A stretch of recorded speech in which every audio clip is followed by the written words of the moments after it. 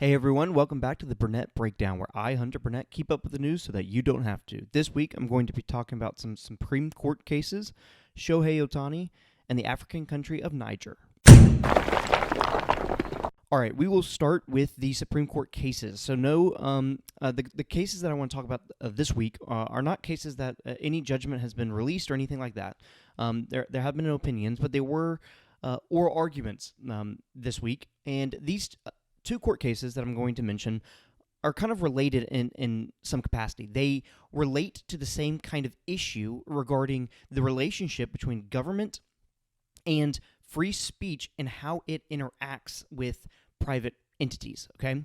So I'll talk about each of these individually and then kind of talk about the broader principles at play. So the first is Murthy versus Missouri, okay? So this really deals with the question of did the Biden administration violate the First Amendment when it pressured social media companies to engage in censorship? Okay, so some of the examples in the case that were brought up. The first is the White House telling Twitter to, quote, get moving in taking down an anti-vax tweet by Robert Kennedy Jr. Okay, they said that they told Twitter that they need to get moving. Okay, so you can see that they're exerting some pressure on Twitter to hurry things up in that regard. The other example was asking Facebook, quote, are you guys effing serious? And then badgering Facebook over the course of a few days and weeks about censoring misinformation in July 2021. Okay, so these were two of the examples cited, and again, this question of does the Biden administration and the Biden administration officials telling Twitter and Facebook or even pressuring them to get moving or to do these to do what the government wants them to do, is that violating the First Amendment? Violating because it was pressuring those companies to censor Americans and American speech. Okay, and so that's the first case, and kind of caveat here, I'm no legal expert, and so take all of this kind of with a grain of salt. But when we see here is not in my opinion any sort of violation of the First Amendment, and here's why. First, the government in general, Biden administration, any administration, they are allowed to advocate and push even private entities, even private companies, to do certain things that they want them to do. For example, okay, if there were a company that were polluting, and the government is allowed to tell that and even pressure that company to stop polluting, and is that a violation of First Amendment by doing that, by forcing them to do that, or anything like that? No, it's not. Okay, the government is always pressuring companies and people and individuals to do things. Okay. But the question becomes, how are they pressuring them? How did the Biden administration pressure these social media companies to censor Americans? Did they threaten them? Not really, right? You can read these as pressuring, but you can't really necessarily read these comments that the Biden officials made as anything beyond simply advocating and pushing them to do something. They didn't necessarily threaten to do anything, right? So that's an important distinction, because the government, in a sense, is allowed to say whatever, right? Is allowed to pressure in whatever way, as long as it's just simply pressuring via speech. Okay, it can't necessarily, though, say do this or else, right? Then that kind of enforcement mechanism, threatening, that's a different story. Okay, and so, but here we don't necessarily have that with these companies, with these social media companies, and so and a lot of the things that I've read and listened to, most people suspect that this case is going to be a pretty big margin victory for the Biden administration as not violating the First Amendment, and I think that will be the right call, because again, the government can say and advocate. I mean, that's part of what politicians do for a living, is advocate for different positions and advocate for different things. In this case, they wanted this private company to do something, right? To do a particular action. That doesn't mean that they forced the social media companies to do that. That simply means they were trying to be persuasive and even pressuring. But as long as they're not threatening, there's a distinction. And And that's important to keep in mind when we talk about this next case. So that's the NRA versus Vulo, another oral hearing that took place. And this, this one kind of does verge into that territory of the government was actually enforcing, threatening, and using its power to disincentivize companies from associating with different points of view, okay? So there is a distinction, and I think that the Supreme Court is going to define and identify a distinction between these two cases, and I hope that you see the distinction as well. So at the central kind of tenet of this case, so this is from SCOTUS blog, is, quote, whether the First Amendment allows a government regulator to threaten regulated entities with adverse regulatory actions if they do business with a controversial speaker, as a consequence of the government's own hostility to the speaker's viewpoint or a perceived general backlash against the speaker's advocacy. Okay, so what does that exactly mean? So here's what happened in this case. You have Vulo, who was the leader of the New York State Department of Financial Services. Okay, so that's the DFS. The DFS, Department of Financial Services, regulates all the big banks and insurance companies in New York City. Now, imagine what that means. That's an insanely powerful position because all of the big banks and all of the big insurance companies that are located in New York City, okay, they're all basically headquartered there in some capacity. And so that means that she has he or she, I don't know if it's a male or female, has a ton of authority over these major banks and insurance companies. Okay, so what happened?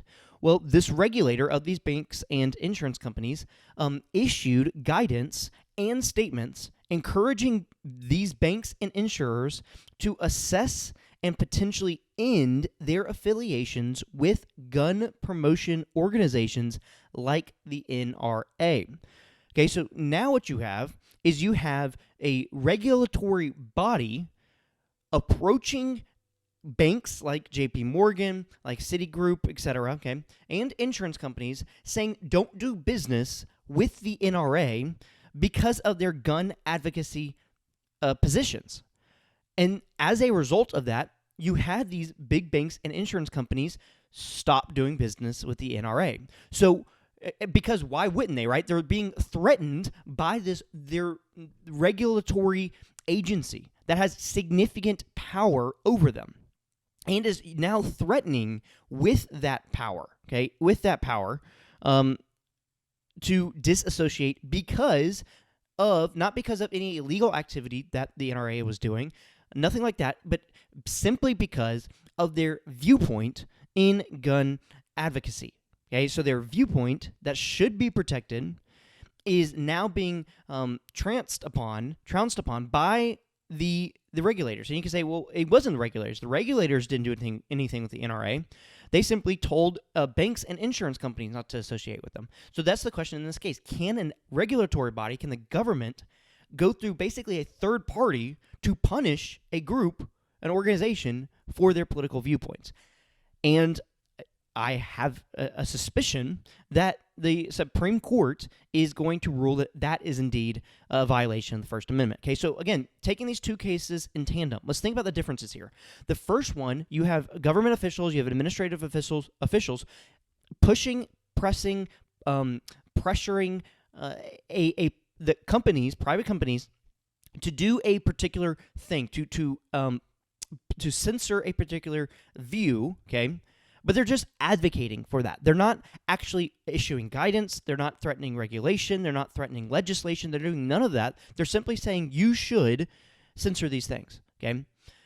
That's different. That is a different thing. That is government officials doing what government officials do, advocating for things. That's a different category than the second case where you have a regulatory body that is actively using its power, its authority over these entities to discriminate based on viewpoint. Okay, so there's some similarities between these two cases in the relationship between government and free speech in the First Amendment, but there are some differences here. The major one being the level that government power was threatened. Okay, and that does matter. Again, again, politicians do and can say a lot of things and advocate and pressure and push companies to do and say and a lot of things.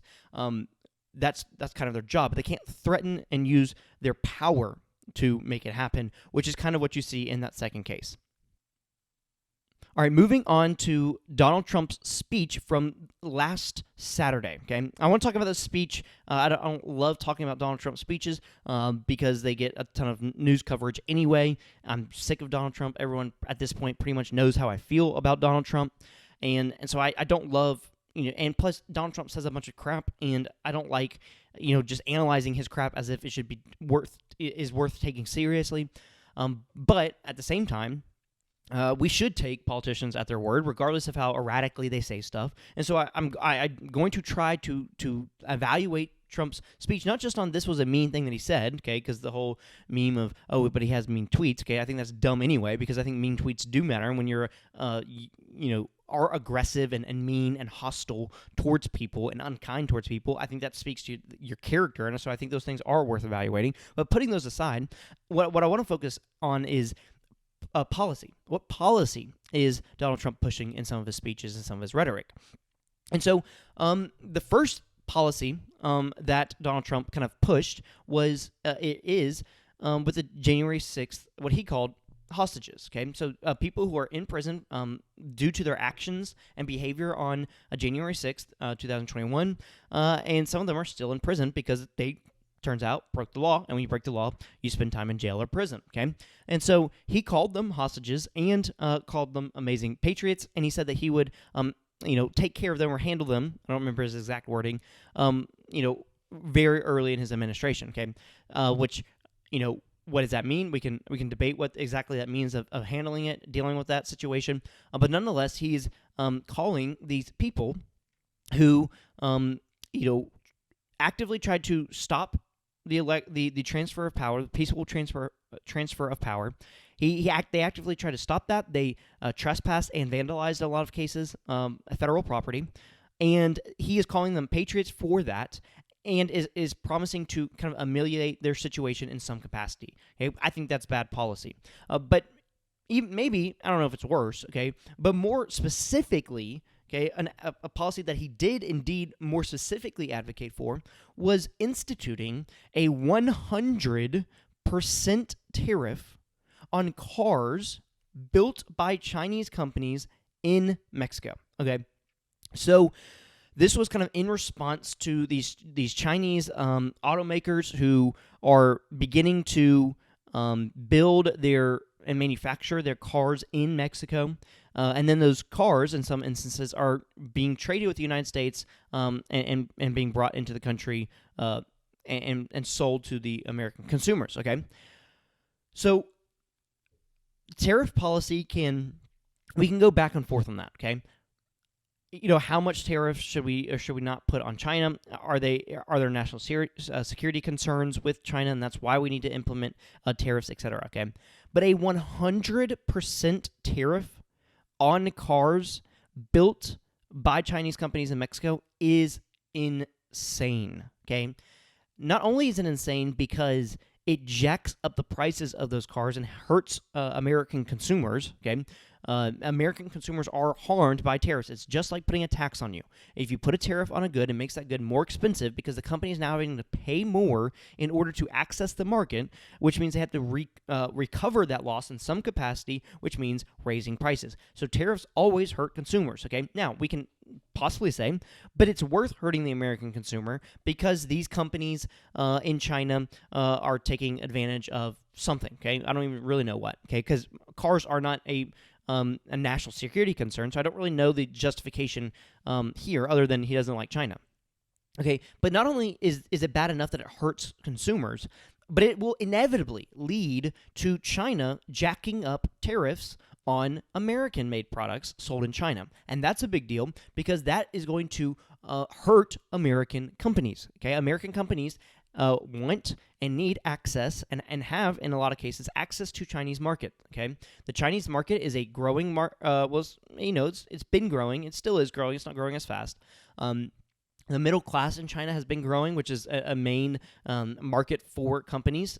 They buy lots of goods. And so when you, by jacking up tariffs on these car companies, Donald Trump is almost inevitably leading to China jacking up tariffs on American-made goods in China, leading to less of those goods being bought, which means those companies, American companies, are selling fewer goods, making less money. When they make less money, they have less money to spend on capital expenditures, on investment in future growth, and in current kind of employees. Okay, so they are making less money. They can't pay as many people. May or may not cut jobs and be forced to cut jobs, and aren't creating jobs by investing in new projects. Okay, so this is a very, very bad idea. Okay, even if we don't like China, 100% tariffs on every car that comes across the border is insane. And it will hurt the economy.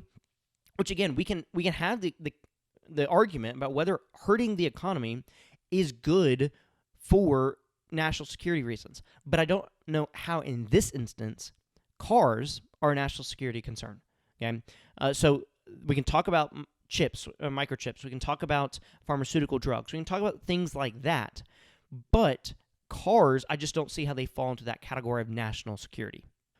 Staying on the theme of Trump, I do want to talk about one thing that Trump kind of said on Tuesday of this week that I thought was worth mentioning. Okay, so he said on Tuesday that he would likely support a 15-week abortion ban with exceptions for rape, incest, and the life of the mother. Okay.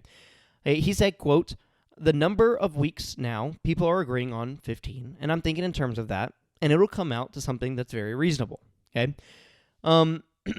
Now, this would be a good law. This is a good position, okay? Now, do I want a greater abortion ban than 15 weeks? Yes, I certainly do. I want abortion to be illegal in the United States, as illegal as possible, okay? So, I'm not saying this is the end-all, be-all. I'd like to see it go further. However, I understand politicians they have to be practical, okay? You can't say no to everything until you get your perfect bill. That's not how politics work. And so it has to be incremental. And change in any sort of functioning democracy is incremental change. Okay, I'm a conservative, and I like incremental change. I'd like to see not necessarily incremental change here, but nonetheless, I appreciate incremental change. So the ban itself, I'd go further, but nonetheless, it's important to me that Donald Trump does have this position because, especially in recent months, he has really started to waver on the pro-life issue. Okay, that was one of the main reasons why so many evangelicals voted for him in 2016 and 2020 because of his position on abortion, because of the justices that he appointed to the Supreme Court, and there was believed to be and ultimately proved to be their view on Roe v. Wade. And because of his position on abortion, a lot of evangelicals supported him, and because one of the reasons Mike Pence really could get on board because of his positions and policy positions on abortion.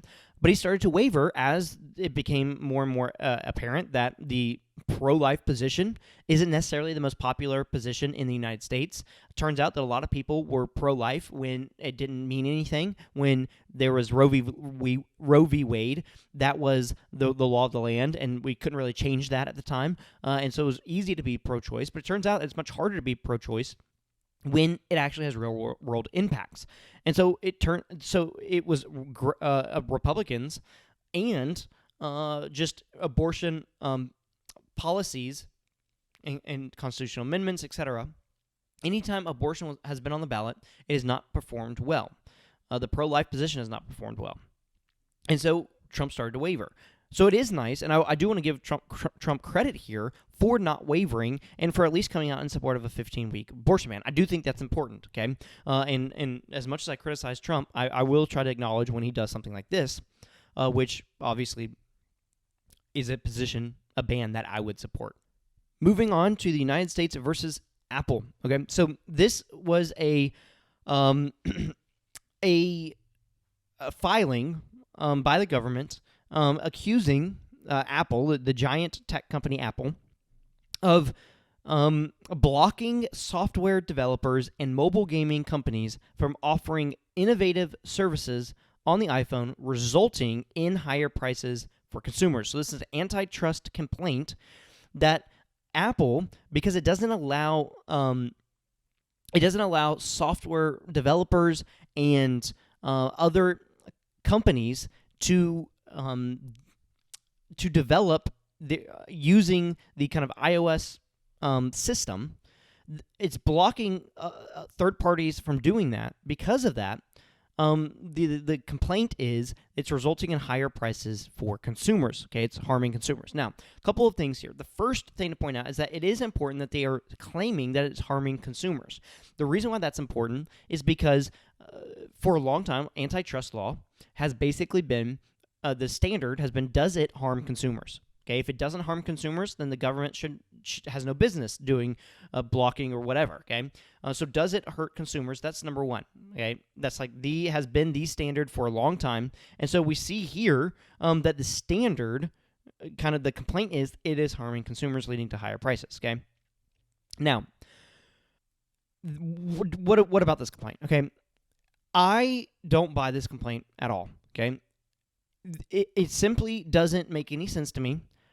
That Apple has this basically walled-in garden. Okay, they call it the wall. It's called the walled garden, where they don't allow other. They a good example is iMessage, right? iMessage and text messages are different things. iMessages you can send over Wi-Fi. You can't text someone over Wi-Fi, and Apple has Apple has refused to integrate those. Okay, so in a lot of ways, it is pushing back on companies from using its software for its own benefit in a lot of ways. Okay, but here's the thing: maybe Apple's as big as it is because it's a really good company that makes really good products that people really like, and that's the reality. Is that it is. I don't know how Apple's products being exclusive to Apple and its software being exclusive to Apple, how that harms consumers if the product is really good, and it clearly is really good. Not only that, okay, but Apple, in terms of smartphone market, it's only 65% of the United States smartphone market is Apple. So is it a majority? Yes. Is it 95%? No. Okay. So that's a pretty big distinction. This, in my opinion, would be like McDonald's, okay, the government going to McDonald's and saying, hey, McDonald's, because you have a large market share in the burger industry, what that's done is and you don't allow Burger King, you don't allow Taco Bell, you don't allow these other companies, your competitors, to use and sell their products in your stores, in your restaurants, then that is harming the consumer. Okay? That's harming the consumer, and so what we need to do is you need to sell and work with Burger King and Taco Bell and Wendy's and these other fast food restaurants. You need to work with them and sell their products in your stores for the sake of the consumer. Okay. Now, in that scenario, we would say that's absurd. Why would McDonald's let Burger King sell burgers in its restaurants? That doesn't make any sense. Okay. Maybe people go to McDonald's not because they would rather go to Burger King, and they simply, don't because McDonald's is so big. Maybe they just would rather go to McDonald's than Burger King. And that's the same thing, I think, with Apple. Maybe people just like Apple's products, and the government doesn't actually need to get involved here. And I really firmly believe that. And it would be different if this was a one-off, okay? But this has been a consistent theme in the Biden administration, is that the FTC, Federal Trade Commission, has been, in a lot of ways, redefining antitrust. Like I mentioned, antitrust for a long time was the consumer standard. Okay, is the consumer harmed? And in order for the government to justify in court the breaking up or refusal of a deal, in order for the government to justify that, they had to prove in court how it harmed the consumer. And what we have in this administration and this FTC is a huge shift towards, well, they're just really big, and they have a lot of market share. That's why they've been after these tech companies. And it frustrates me because just because a company is big, just because a company has a dominant market share, doesn't mean it's worse for consumers. Think of Amazon. Is the consumer worse because Amazon is as big as it is, largely because of Amazon Prime and the way that it's run, and the fact that you can buy anything that you want, basically virtually anything that you want, and that in almost any instance it can be at your door in 2 days. How is the consumer worse off? Okay, because of that. That doesn't make any sense. Okay, the consumer's not worse off. So, and that just because it's big, a company's big, it doesn't mean that it is a monopoly. Monopoly doesn't equal just big business. Okay, monopoly is an anti-competitive practices. Okay, anti-competitive practices. So how does a company's actions harm the consumer? So at least they're arguing that now, but again, I don't give them the benefit of the doubt because of this administration's unwillingness to just use the consumer standard and instead of that, just go after big business for the sake of them being big. Now in the news of sports, which everyone is talking about, if you haven't heard already, but the Shohei Ohtani kind of controversy or news, okay? So Shohei Ohtani, he is a baseball player. He just signed a massive, $700 million deal with the Los Angeles Dodgers. He is, I think, the best baseball player right now, largely because he hits and bats. Sorry, he pitches and hits at phenomenal levels. And he is kind of embroiled in controversy right now, largely surrounding gambling, okay? So, and I may mispronounce his name, but Mizuhara is Ohtani's longtime interpreter and really kind of close confidant. He worked with the Los Angeles Angels where Ohtani was. When he signed to the Dodgers, he said basically that Mizuhara had to come with him. And on Wednesday, it came out that he was actually fired by the Los Angeles Dodgers. And he was fired because of his connection with his alleged connection with an illegal gambling operation in California. So sports betting is illegal in California, but there's basically an illegal bookkeeper that is involved here, okay?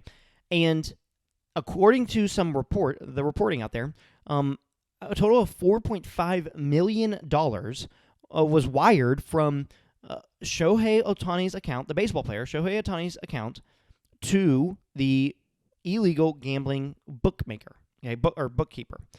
And when this kind of story, when ESPN, I think it was, originally reached out to Ohtani and the Dodgers, some of Ohtani's people came out and said, well, actually, that was Mizuhara, okay? That was his gambling debts. Ohtani didn't gamble. That was Mizuhara's gambling debts, and Ohtani just paid off his friend's gambling debts, okay? And Mizuhara actually sat down for a 90-minute long interview with ESPN explaining how he was a degenerate gambler. He had this problem. He gotten way over his head. And he kind of, went to Ohtani, approached Ohtani, asked him to pay off his debt. Ohtani, being a friend, did, and sent the money. Now, the next day, as ESPN was about to publish that story, Ohtani's people came out and disavowed everything from the previous day. Disavowed that Ohtani had been involved in any capacity, and that instead, Mizuhara had actually stolen money from Ohtani. Okay, had actually stolen money. Okay, so everything changed in one day, and now the question becomes, what really happened, right? And I don't have any inside information, obviously. I'm reading the same articles that everyone else is reading, but there's really three options here. Okay, the first option is that the story that Ohtani's people came out with the second time around, that Mizuhara stole Ohtani's money, is legitimate, okay? So Mizuhara, in some way, some form, maybe because he was kind of basically Ohtani's best friend, his assistant in some ways, had access to Ohtani's bank accounts, and using that access, withdrew and wire transferred money to the bookkeeper with Ohtani having no knowledge of it. That could have been the case, okay? The second option is that the first story that the Ohtani's people told ESPN, that Mizuhara was gambling, was way in over his head, and approached Ohtani about his debt, and Ohtani, being a friend, paid off his debt. The issue with that, though, is Ohtani then would be, Mizuhara has already probably committed a felony. But in that scenario, Ohtani would also have committed a felony because it's an illegal bookkeeper. Not only that, okay, but it's a really bad look for the MLB if their star player is associated with gambling at all, and he clearly is associated with gambling in some capacity. But the third potential scenario here is by far would be the worst for Major League, and that is that Ohtani himself was gambling with this illegal bookkeeper, was using Mizuhara as maybe a go-between or something like that, and got caught, and now Mizuhara is the fall guy. That it was actually Ohtani gambling, Ohtani's debts that he was paying off, and then Mizuhara is simply the fall guy. That would be by far the worst case scenario, but it's also, if we're using just Occam's razor here, the most plausible in the sense that Ohtani's account is the account that wired the money. It would therefore be the simplest explanation that Ohtani sent the money because it was his account. He had access. He sent the money. Okay, that's the most reasonable, or the using Occam's razor. I don't know which one it is, but either way, this story is, we haven't seen the end of the story because it's part of a federal investigation to begin with. We will find out more details than we would if simply it was an MLB investigation. In fact, the MLB did say that they did open an investigation into Shohei Ohtani's behavior, and they actually announced that at like 6 p.m. on a Friday night. So, pretty solid Friday news dump there. But if this were just an MLB investigation, we probably wouldn't hear much about it. Because it is a federal investigation, there will be kind of more that comes out, and we will actually hear about, but it's going to be interesting to follow nonetheless because it could rock, it kind of already has rocked the baseball world, but it could really do some damage to Ohtani and the game of baseball. Now let's get into international news. So China came out with some industrial numbers. China reported stronger industrial activity than expected. Production rose 7% year on year in January and February. That's the fastest rate in 2 years. So we see the Chinese economy growing. But how much do we believe those numbers? I hesitate to believe a lot of Chinese economic data that comes out because they have an incentive and the ability to juice the numbers if they want. But if those numbers are true, that is a really good number compared to projections, and so we see that industrial activity is growing if we go by these numbers. Again, the reason why this kind of matters to the United States is, as I was kind of mentioning at the very beginning of this, the Chinese economy is an important economy in terms of the United States' businesses, and the world economy really in general, because it is the second largest economy in the world. And you can think in terms of something just as obvious as oil prices. If China's economy is growing, especially industrial production, that means that they're going to use more oil, they're going to need more oil, which means that the demand for oil is going to increase, and it may have already been increasing, which means the price of oil is going to increase as well, unless the supply increases alongside with it, which probably wouldn't happen. Okay, so we may see increase in something like oil prices. It may not be extreme, especially if the production numbers kind of stay at the 7%, nothing too crazy. But a growing Chinese economy would, impact something like oil, but also would be good for the world economy in general. That doesn't mean that the Chinese economy was all that great all around the board. The property sector in China remains pretty not great. Investment fell by 9% year on year. And the number of new residential projects dipped 30% from a year earlier. The Chinese residential market basically experienced a bubble, a lot of kind of malinvestment in that, a lot of companies going boom, and then a pretty big bust. And we're kind of still in that bust process, and that's really has been dragging on the United States or the Chinese economy. Because it's been such a large industry and sector for the economy, and so it's kind of dragging those numbers down. Has been dragging those numbers down, and so the Chinese economy is always something to worth keeping an eye on because it impacts so much in the world. Speaking of China, and this time in legislation regarding Hong Kong.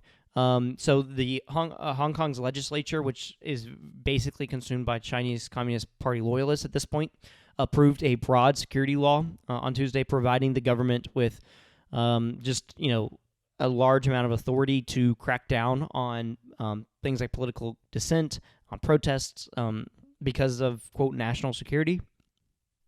Now, I just, anytime you see something like this with Hong Kong, I try to remind people that 5 years ago, Hong Kong and people in Hong Kong had roughly the same freedoms that you and I do in the United States. And now, they don't. In a 5-year span, those political liberties, those freedoms those rights have been eliminated completely almost. And Hong Kong is virtually just like the rest of China. That should just be a warning against maybe being, not caring too much about Taiwan. The Chinese government, the CCP, doesn't just want reunification with Taiwan for reunification's sake. It wants to do the same thing and would do the same thing in Taiwan. And so it's worth thinking, how much are those values worth defending?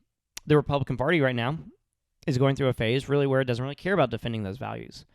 Doesn't really care about that as long as it's, because that's not in, quote, America's interest.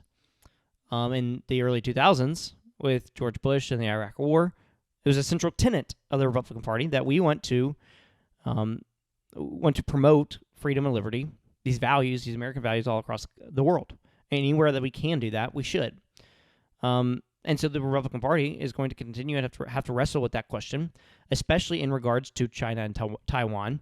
And I would just, point people to this legislation with Hong Kong and say, if China does anything with Taiwan, invades Taiwan, and conquers Taiwan, we shouldn't expect anything different than how they've handled the Hong Kong situation.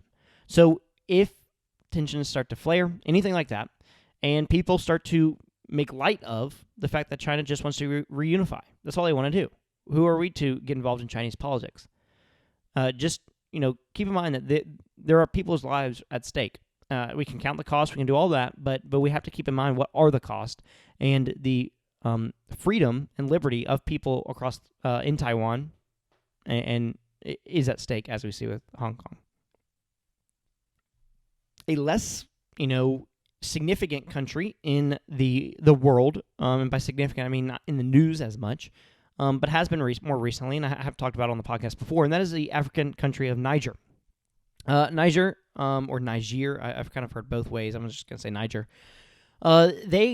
If you remember on the podcast months ago, I talked about a coup that had happened in this country of Niger. And I talked about how this was important because the Niger had, for a long time, been a stronghold for the U.S. military in its fight against jihad.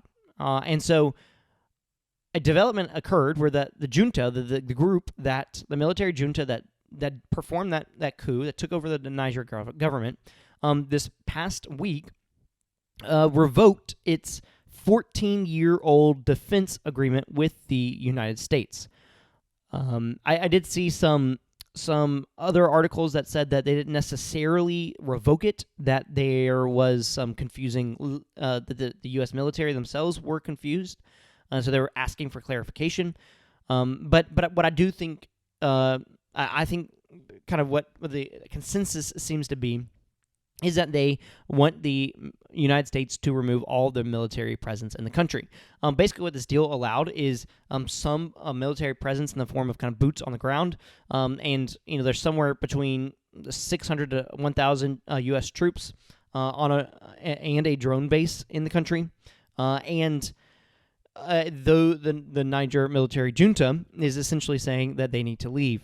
Okay, again, the reason why this matters, okay, it's because the country of Niger for a long time was a kind of a bastion, a base, if you will, for the United States and the Western world's fight against jihad, extremist Islamic jihad in North Africa. And jihad is growing like crazy. Okay, these terrorist groups are growing like crazy across North Africa. It's a heavily Islamic region, and groups are spreading. Now, what that means is as these groups spread, these jihadist groups spread, the governments of these countries are having to turn to any entity to protect them from these jihadist groups, because these jihadist groups want to implement and take over the governments and implement something like Sharia law. And so as they turn to they look for help, they look at a country like the United States that has a military presence but doesn't really do much in regards to really providing that much safety, because there's not that much of a presence. Okay, they're kind of doing what they can to remove the terrorist group's threat to the United States, but nothing beyond that. And they're turning to other countries that are willing to do more. And those countries tend to be countries that are adversaries of the United States, in particular a country like Russia. Russia has invested heavily in the Wagner Group, for example, has been active in this region, and these countries, Niger in particular, is growing closer with Russia. And Iran. And Iran, in particular, wants access to Niger's vast uranium reserves. Okay, so this is what, when I talk about Ukraine, and people say it's not our business. Russia wants to go beyond Ukraine, right? They're expanding their influence across the world.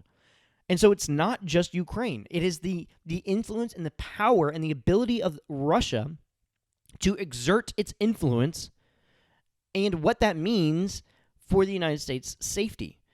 Russia has been actively involved in the Middle East. Russia has been actively involved in North Africa. And now Russia obviously invaded Ukraine. So Russia isn't this country just willing to mind its own business, okay? It's proven time and time again it wants to actively shape the world and what the world looks like. And if that's a world that the United States doesn't want it to look like, the United States needs to step up, okay, and needs to address it, which is why they should fund the Ukraine and continue to fund that. Best investment that we have made for our own national security, and by far my lifetime, okay? But also needs to recognize that this growing influence on North Africa is going to have consequences, okay? It's going to have consequences, and for the long-term safety of the United States. And so this decree, this declaration by the military junta of Niger, seemingly insignificant, but again, it's these kinds of things where you start to see wherever the United States, wherever there's a power vacuum, someone's going to fill that vacuum. And in this case, it's going to be Russia, it's going to be China, it's going to be Iran, or it's going to be jihadist groups. And in any of those instances, how do those benefit the United States? Now, I'm not saying that the United States should take over the country of Niger. That's not what I'm saying at all. But what I am saying is that these are areas, North Africa, countries like Burkina Faso has had a coup recently. These are areas to keep an eye on, because the United States, just because we may end up removing our troops, does not mean that we are done dealing with this region. So we need to keep our eyes on this region, a close watch on this region. And now it's going to be harder for us to do that in terms of intelligence, because we probably won't have boots on the ground. Okay, so that's Niger and why that matters. Now, I want to move on to just some things I've been thinking about this week. So I watched or listened to two pretty interesting interviews that kind of dealt with the same thing this week. The first was Louise Perry's interview with Catherine Pokaluk, is maybe how you say her name. Louise Perry is someone who I've kind of recently, learned more about. And she wrote a book and has been doing interviews for a long time about kind of the sexual revolution and the damage it's caused for women and young girls. And it's been really interesting. I think she's really smart, really intelligent, really thoughtful, asked the right questions. And so her interview was all about, was with Catherine Pakaluk, like I said, who just recently wrote a book and did a study of 55 families, I think it was, who have 5 children or more and are college educated. The reason why both of those qualifications matter is because basically all data shows that the more educated women in particular, more educated women are, the fewer kids they have. Okay, and so these women are the exception here. They are college educated and they have 5 children or more. Okay, so they have the highest, in a sense, some of the best education, highest degrees that you can attain, and yet have kind of gone against that the trend of having fewer children. And so she's kind of asked them why. She's trying to figure out why that is the case, that they did that. And she gives a really interesting answer.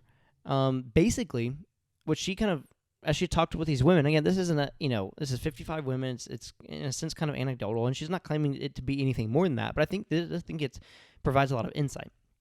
And one of the things she said that she noticed in almost in all the women is that there was a sense in which the children and having children were kind of a good in and of themselves, right? They didn't necessarily talk about what the children did for them, but rather that having children is a good. It's a not even necessarily a duty, but it simply is a good thing, that is a good thing to have children in and of themselves. And the reason why I point that out is because it's so, in a lot of ways, counterintuitive to what our culture says today about children. The children, you should have them. They're kind of treated like accessories now. You should have them if you want them. They make you happy. If they don't, then don't. We don't necessarily view children as a good in and of themselves, right? And it's an interesting idea that children are goods in and of themselves. I mean, this was true of societies long before our own. I mean, this is true of most societies across the board, that children, there's a reason that they, in the Bible, are viewed as blessings, okay? Goods in and of themselves. That someone was blessed if they had a lot of children. And the other interview that I watched, I think, kind of talked about maybe why that is. That was an interview with Jonah Goldberg was interviewing Tim Carney on his new book, and they're talking about something very similar here. That and here, what was interesting is Carney actually kind of goes beyond simply saying they're good in and of themselves and kind of starts to explain why they are. And one of the reasons that he kind of says why they're good and why people should have more children is because they are good for you, okay? So they're good in and of themselves because they are good for you in the sense that, not that they make you happy or not that, and they certainly do that, but they're good for you in the sense that they force you to take care of someone else. They force you to think less of yourself. They force you to be selfless. They force you, in a lot of ways, to sacrifice, okay? And that by forcing you to do that, it actually provides you purpose. It provides you meaning. It provides you a sense of life is worth living, okay? And gosh, that is so important, okay? I think that is the biblical view of children, that they aren't these things that are burdens, that they aren't these things that have them if you want, but if you don't, that's okay. But rather, they are these people that God gives us and uses to shape and mold us into people who look more and more like Him, and therefore more and more like who we ought to be, the kind of creatures we were created to be. That when we are fruitful, when we do multiply, that we are fulfilling one of the central tenets that God put us on earth to do. And when we do that, we are happier. We are more fulfilled. Okay, that is huge. Okay, and so, yes, there's a ton of economic sacrifices. Yes, does having children make any economic sense whatsoever? No, they consume and consume and consume, and they don't pay back. Okay? Do you have to sacrifice your social life? You can't go out as much. Do you have to sacrifice your independence? Yes. Do you have to sacrifice your time? Yes. You have to sacrifice a whole lot. And no one's saying otherwise. But, and almost anyone who has had kids will tell you this, at the end of the day, it is worth it. At the end of the day, no one would take it back. They would all do it again. That, to me, matters a great deal. Okay? And if we think about what is wrong in our culture, I think so many problems in our society would be fixed if more people got married and had kids, preferably younger than they do. I think that would solve a lot of problems. Okay? Because it would create a people who are selfless, who are more giving, more loving, more caring, more selfless. They are those things because they have to be, because children make you that way, because they require that of you. And as a result, we'd be a society that isn't full of anger, that isn't full of division.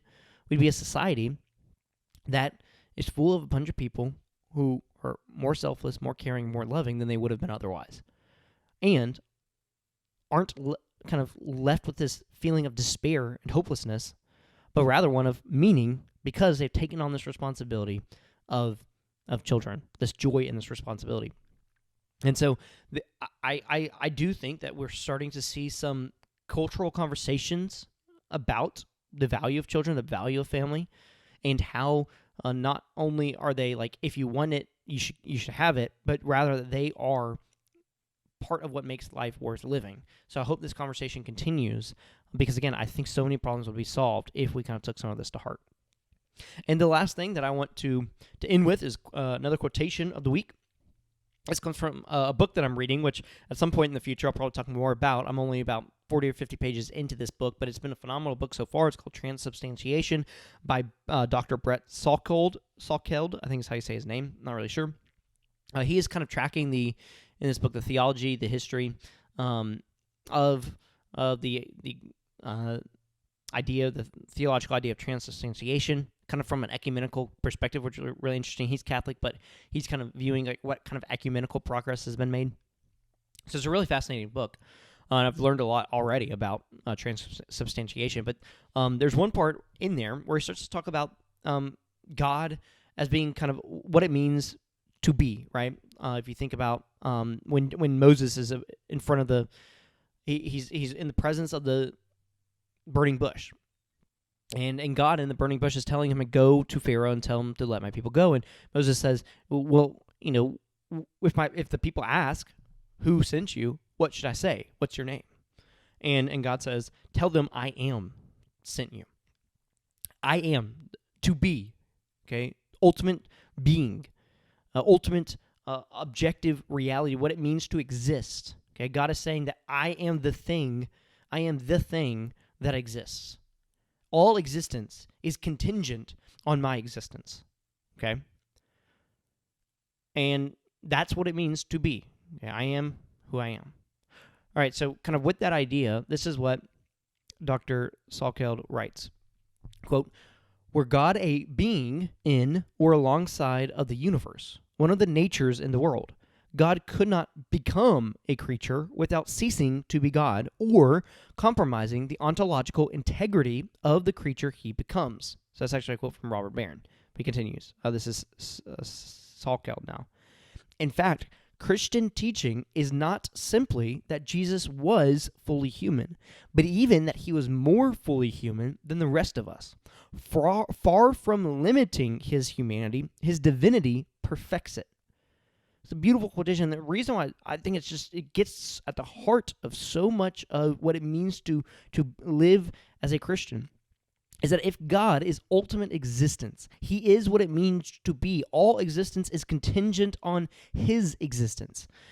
That means that when God, and that's the only way that God could become a creature without also ceasing to be God, because the creation itself is already dependent on his own existence. And so if he were something else, okay, and it's not to say he's the same thing as his creation, but rather that the creation is contingent on his existence, okay, so if his existence was separate from the existence of all of creation, then if God were to become this creation, then either he would cease to be God, because he'd be stepping outside of this existence into this existence, or the existence of creation, okay, the ontology, or the being, the essence of creation would be changed, okay, would be compromised. Because you've got this thing that exists and this thing that exists, and this thing is coming over and is either taking this thing over and changing it completely, or this thing has to change in the process. So either God has to change or humanity has to change. And what we see in the incarnation is a mystery beyond mysteries, is that because the creation is already contingent on the existence of God, it exists because God exists, okay? That means that God can become human and not change the substance of humanity and not cease to be God. It's a profound thought. And the idea that in that process, that Jesus didn't just come and was human, was a form of human, but he was the fullest human. He was what it meant to be human. He was human in all its fullness. And so going back to what it means to, we were just talking about children and living according to the first kind of precept of God's creation, he says, be fruitful and multiply. That when we do that, and when we live lives of selfless, sacrificial love that is embodied, that is lived out and demonstrated to all of us with Christ on the cross, when we do that, when we live that way, we are becoming more human. We are living more true to ourselves. Okay, there's this idea in our modern world that we look to ourselves to figure out who we really are. If we look down deep enough, we'll figure out who we really are, and as a result, we'll be fulfilled. Okay, that's not what we do. That's not what Christians ought to do. We are to look to Jesus, to his example, to who he was, to his love, okay, and the love that is present and ever present in this Trinitarian God. And we are to, and as we embody that, as we live in that, we become more of who we are meant to be. So it's more fulfilling. It's outside of ourselves, and in almost every way, it's meant we have to die to our old selves, those selves that weren't really us, those selves that weren't who we were meant to be. We have to die to that self, the flesh, the sinful self, and in the process, we become who we were really meant to be. We become more fully human. And the only reason that's possible is because Christ came incarnate as a full human and full God. Okay, fully human, fully God. It's an amazing idea, all kind of, again, dependent on this idea that God is ultimate existence and that everything else that exists contingently according to God's existence. Now with that, that's the podcast this week. Please like, subscribe, share, do whatever you can to make this podcast go far and wide, and I hope you will return again next week.